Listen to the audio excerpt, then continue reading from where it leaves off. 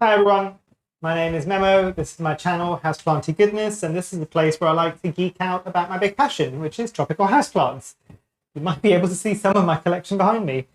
So I generally create content about tropical houseplants. This video today is going to be come and propagate with me in terms of perlite for this Philodendron Brandtianum that is just growing a bit out of control, and I'd like to chop it down a bit and propagate it in my propagation box with perlite.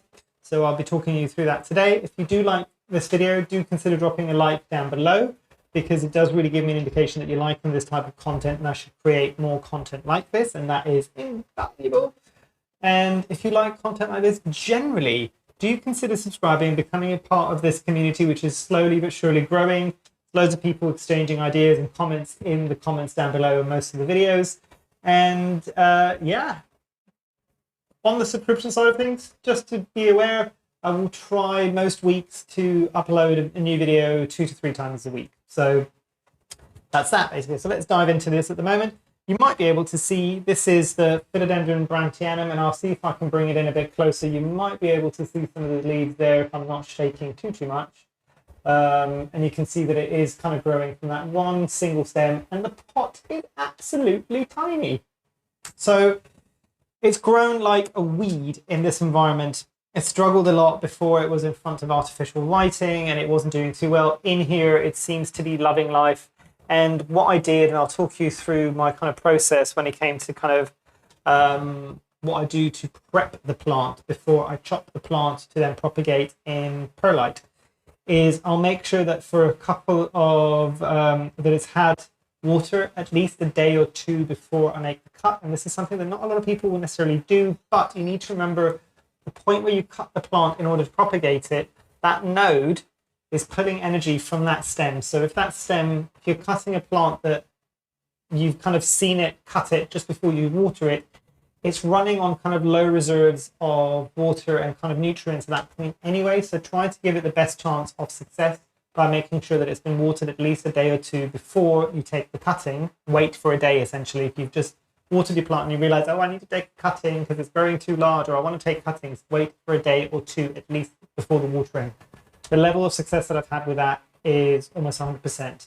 When it's kind of done and it's close to when the plant needs watering, and you then take the cutting, there is a small chance that there might be some failure, because there isn't enough of that kind of essentially life force within the plant stem to kind of support it enough to create those roots and start growing a new plant, essentially. So enough about that.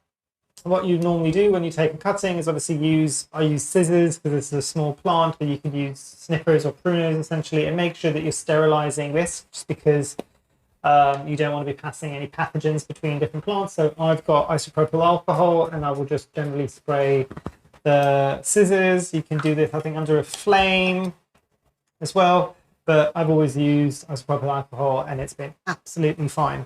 So what I will do now, and this is another thing as well to remember, don't take any more than a third of the plant matter, because then you might start stressing the roots at the bottom. So what I will do is I probably will take a bit more than that, just purely because I want to give it some space to grow again.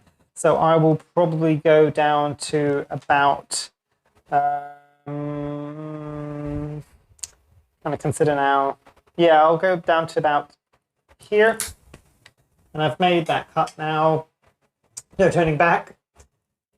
And I know this is a plant that some people struggle with, so this is what the other plant is looking like at the moment. There's still quite a bit of foliage on there to support it quite nicely. I might restake it onto the bigger stake, just because then it will hold on a bit better, and I'll reuse some of this planty Velcro that I call.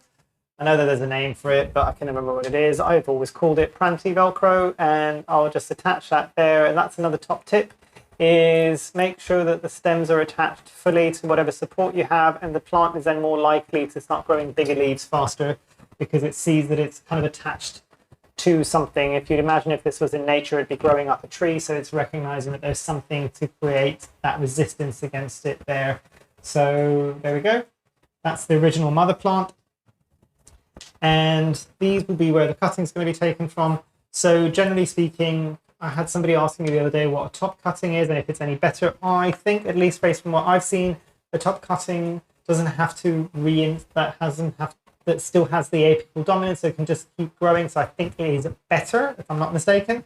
So always try, if at all possible, to give your plant a couple of nodes. For this top cutting, there's some quite new fresh aerial roots, so I think that should be enough to kind of get it going. So I will leave a bit of that there for it. And I will kind of pop that there so it's kind of standing. And just make sure that if you've got too much of a stem at the top that doesn't have a node, make sure that you cut that off. And I'll create this as a 2-node cutting. So one of the leaves will be a bit more in the perlite. It does help a bit when you haven't got too much of an internodal space. But unfortunately with this one, it grew in a really janky, weird way. So I will do it that way again, getting rid of that stem there that is not got any nodes on it. Not too much, that's still going to pull in some energy for the plant. And I think the rest of the nodes, because they're quite spaced apart from each other, are probably going to be single node cuttings, and I'll hope for the best, essentially. So that's another single node there. And I don't know whether or not the last one, I might be able to get it as a double node cutting. Potentially, yeah. Let's have a look. So if I cut that off there as well, and I'll create this as a single node cutting as well. That's another single node cutting there. And I think this might be deep enough that I should be able to create, yeah, a 2-node cutting from that base one there as well. So if I cut some of that off there as well. So I know there's a lot of videos about propagating in perlite, but here's another one essentially. This is what I would do normally. So just a regular little container. I usually like ones without holes at the bottom because it will keep some of that water in. Reusing an old yogurt pot, because why not? And then you put the perlite in. Just be careful with perlite. It does have a lot of dust. Try not to inhale it because it is volcanic rock. So it probably doesn't do great things to your respiratory system, I think it is. Yeah.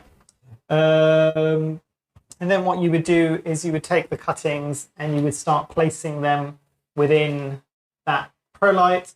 And I need to get them in a way that they will stand up, if at all possible. Do it that way as well. This one's going to be the trickier one because it needs to have, I don't know whether or not that 2-node cutting is going to be okay, because I don't know if I can bring the perlite up high enough for some of these other propagations. These might need to go into a slightly deeper propagation vessel, essentially, just because then there'll be enough there, essentially. Then I'll put the single node ones in as well. Pop that in there that way as well. And start filling up with a bit more perlite. Ooh. And that should be then holding everything in place. Let's have a look if with this much perlite in here, if I can actually create a bit of a well to get the other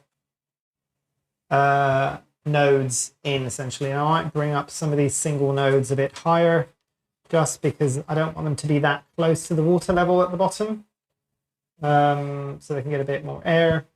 And let's see on some of these double node cuttings if I can maybe lay them down. There we go. If I lay them down on the top of the perlite there, they might grow a bit janky to begin with, but then eventually what will happen is they will straighten up. And if I put this one in as well, there we go. Just make sure that the leaves are getting some of that light as well without obstructing any of the other cuttings, which is always tricky, because you want to give these the best chance that they can to survive, essentially. And I've done the same thing with that top node there. There is another node. It might be too fresh at the top, but I'm giving that a chance to get some water as well. And then what I do is I will water the perlite, essentially, just to make sure that it is fully saturated. I know some people will pre-soak their perlite. You can if you want to. I don't know. I don't always do that. I find that it will kind of absorb water quite readily. And then what I will then do after the perlite is wet is I will kind of move my hand to the edge, spill out the majority of that water. Obviously, you want to leave a bit of a well of water at the bottom, so don't spill out all of the water, but you kind of want to make sure that there's a bit of a well of water at the bottom so that the perlite can still keep pulling up some of that moisture through capillary action there, essentially. And yeah, there we go. That propagation is now ready to go into my prop box or my hot box. And sorry, apologies looking up because I think there's some form of a bird on top of the conservatory. But yeah, hopefully you've enjoyed. Hopefully you found that useful. If you've got any questions, if you've got any comments, if you do it differently, if you want to know a bit more about how I did that, then let me know in the comments down below. Let's have that conversation. And yeah, I think that's everything for now. I hope you've enjoyed. I hope you have a great rest of the day. And hopefully I shall see you here soon. Thanks. Bye.